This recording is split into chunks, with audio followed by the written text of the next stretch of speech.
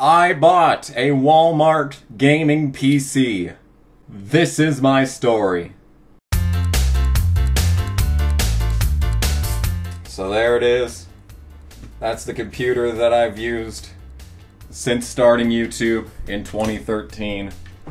I've owned this computer for 6.5 years, and it's been a bitch. So I bought this computer 6.5 years ago. It was my first ever gaming PC, my first ever computer in general, unless you count an iPod Touch.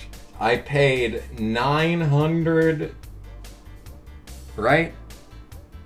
900 something for this. And it's been the computer that I've used for pretty much my entire YouTube career. The reason I'm making this video is because I remember the Walmart gaming PC video that was going around, and in the amount of time that I've owned this computer, there's sure as hell been some very interesting things happen, so I thought I'd share some anecdotal evidence as someone who has owned a Walmart PC for 6.5 years. Let me just share with you the specs of this computer before we move on.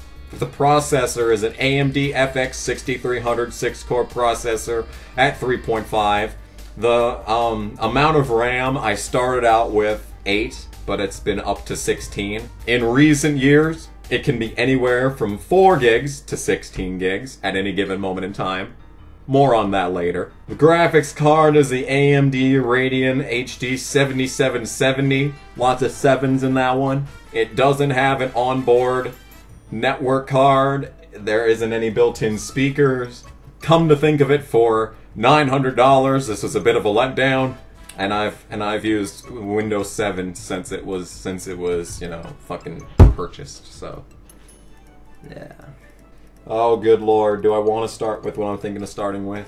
So back when I bought this computer, I was 15 years old and I didn't know shit. Back when I was 15, I had no idea that, oh, to make the monitor turn on, you actually have to plug it in to the graphics card. You can't just haphazardly shove it into any given outlet. It has to be it has to actually connect to something. And fucking 15-year-old me's mind was blown from that. So already we're off to a fantastic start. So in all honesty, can you even blame most of the problems of this computer on Walmart? It's probably my own dumbass's fault for everything involved, basically. So what happened when I first bought this computer is that I plugged it in, I plugged in the monitor, and nothing happened. I pressed the on button, the computer roared to life, and I was so super excited, but then I realized, the monitor, it's not turning on. So instead of actually investigating the problem, I just turned the computer on and off several times. I pressed the reset button several times. I pressed the power button several times. It was probably trying to initialize some very important things, and I completely prevented that from taking place. So yeah, I actually managed to figure out how to plug my monitor into the actual graphics card at one point, and then, you know, we got the show started, and the computer was able to do shit. Believe it or not, that's not the only problem that I've ever had with this computer. Let's move on. One of the earliest problems that I had with this computer is sometimes when I tried to turn it on to sleep mode, the monitor would go off, and like if you took the mouse and you rubbed it around, it wouldn't do anything. It was effectively turned off, except the box was still running. And the only way to actually fix this is to reset the computer and then turn it off before the actual monitor turns back on again. So that's awesome. I don't know what causes that, but it pissed me off. It still happens to this day. Not nearly as much as it used to. Like, it used to happen like once a week, sometimes several times in a single day. But now it's only occasionally, because half the time, you know, it won't even stay on long enough for me to be able to put it on to sleep mode for it to, you know, try and be stupid, alright? What's next? I guess really early on there, I had a problem with DirectX games. So, really early on, I had a problem with DirectX games, is that whenever I tried to open up a game, you know, I would click it twice, you know, and then the screen would go black, and it would just sit there for a few seconds, and then it would just go back to the desktop. That was awesome. I really like that. That was really fun. For the longest time, I literally could not play games on this computer because of that. So that was a nice period of time. The only solution that I ever found to this, because when I looked up the problem, people were saying, "Oh, your graphics card is worn out," and it's like, bitch, I've had this computer for 6 months. It's brand spanking new, and my fucking, you know, $700 graphics card is fucking not gonna get fucked. Basically, is what I said to all that. And the only solution that I ever found to it was when the game turned on and the screen went black, I just had to click as many times as I possibly could, because what happened is that a lot of the times it would kick me back to the fucking desktop, but it would be down there in the taskbar. So if I clicked on it, the screen would go black again, but then it would just kick me right back. So I thought that if I clicked enough, because it was technically trying to find the window or something, if I clicked long enough and I made my presence on the actual game window known, it would stay there. And that's the only way that I found to actually fix it. And to this day, I run every single game in windowed mode, just to be sure, because games that were run in windowed mode, back when that was happening, they ran just fine. It was only full screen games that did that. So, yeah.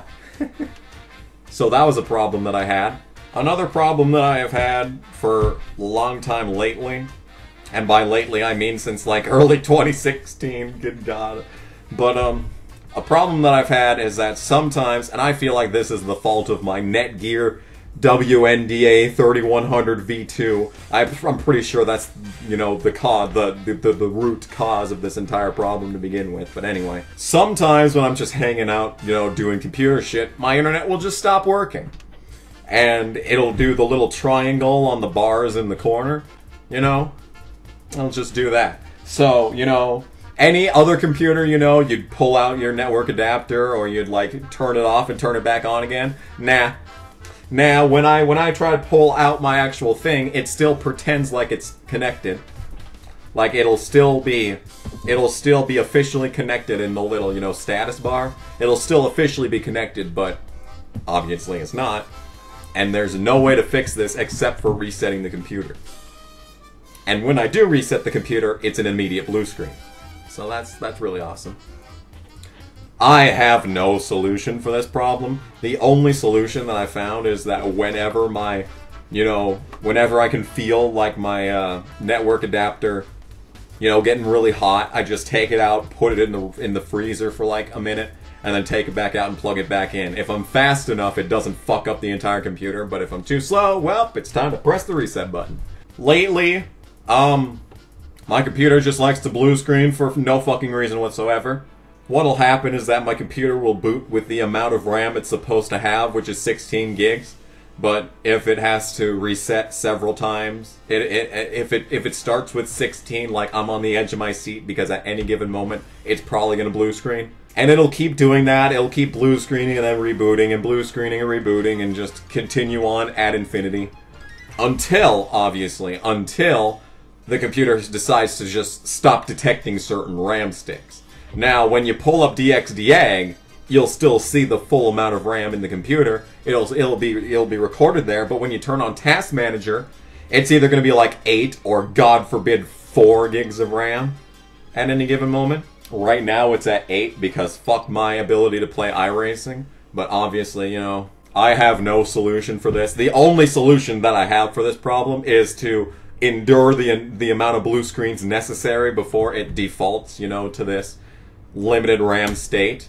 Because when it actually defaults to a limited RAM state, like, it works, obviously, until the internet thing that I was talking about earlier happens. Then I have to reset it again. But, yeah, as long as it's at 8, it works until the internet fucks up. So, you know what, it's just, basically, whenever I'm using this computer, it's just a never-ending, you know, what's the word I'm looking for?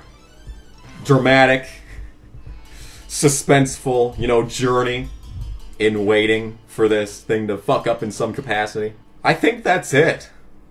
I think those are the big ones. The big ones that I can actually remember. I'm sure there's been more stupid shit that's happened with this computer, but it's just been so insignificant that I can't remember it, obviously. But those are the big ones. You know, the ones where I found no solution. And here I sit, waiting for it to fuck up again.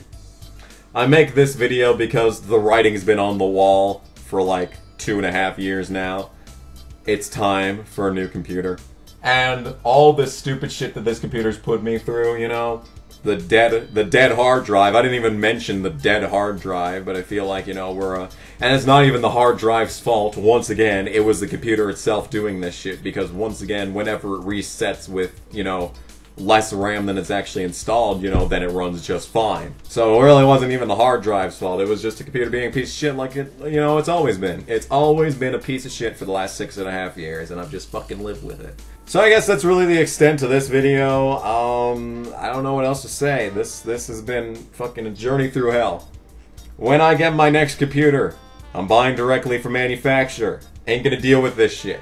When I took this computer in to get it looked at, when it had the hard drive death last year, the guy that I talked to said, I have no idea what happened to what this computer is. This is like, this, it was beyond anything he'd ever seen, and this motherfucker has a degree. Like, I can only imagine what the fuck was going on when this thing was built. Like, did they get the fucking, you know, grounds people, you know? Did they call over to the grocery department and have them put together the computer? Like, Jesus.